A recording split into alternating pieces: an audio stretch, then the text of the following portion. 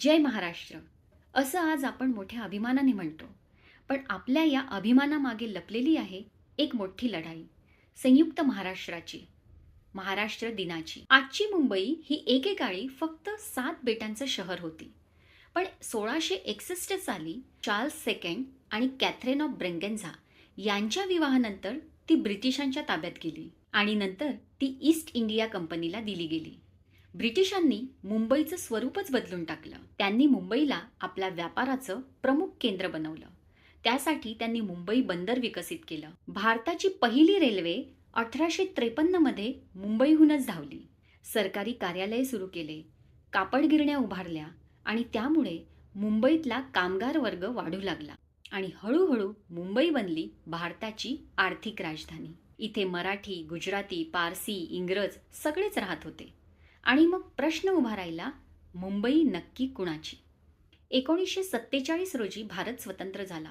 पण त्यावेळी राज्यांची विभागणी ही भाषेवर नव्हती. त्यावेळी गुजरात आणि महाराष्ट्र मिळून बॉम्बे स्टेट होतं. राज्य विभागणीचा प्रश्न आला तेव्हा गुजरात्यांना वाटायचं की मुंबई त्यांची असावी आणि महाराष्ट्राला वाटायचं की मुंबई त्यांची असावी.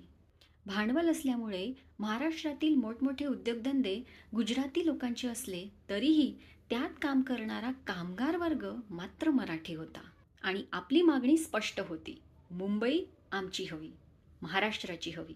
संयुक्त महाराष्ट्राची चळवळ उदयास आली. अख्खा महाराष्ट्र रस्त्यावर उतरला. हा लढा फक्त नेत्यांचा नव्हता, हा सामान्य लोकांचाही होता. गिरणी कामगारांनी संप केले, विद्यार्थ्यांनी मोर्चे काढले, लेखक, कवी, पत्रकारांनी आवाज उठवला. मुंबई आमचीच हा नारा अख्ख्या महाराष्ट्रात उठला. अनेक वेळा ही आंदोलने दडपण्याचाही प्रयत्न केला गेला, पण लोक मागे हटले नाही. 21 नोव्हेंबर 1955 रोजी मुंबईत या आंदोलनावर गोळीबार झाला. 125हून अधिक आंदोलनकर्ते शहीद झाले. आज त्या बलिदानाची आठवण म्हणूनच हुतात्मा चौक उभा आहे.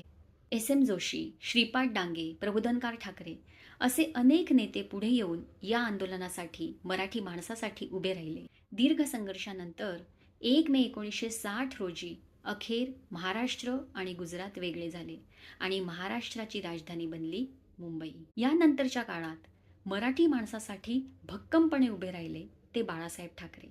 त्यांनी पुढे येऊन मराठी माणसाचा आवाज अजूनच बुलंद केला. हा महाराष्ट्र, ही मुंबई आपल्याला कुणी दिलेलं गिफ्ट नाही, ते प्रत्येक मराठी माणसाच्या लढ्याचं, त्याच्या बलिदानाचं प्रतीक आहे. तेव्हा जय महाराष्ट्र हे फक्त शब्द नाही, हा एक इतिहास आहे, एक भावना आहे, मराठी माणसाची, मराठी अस्मितेची.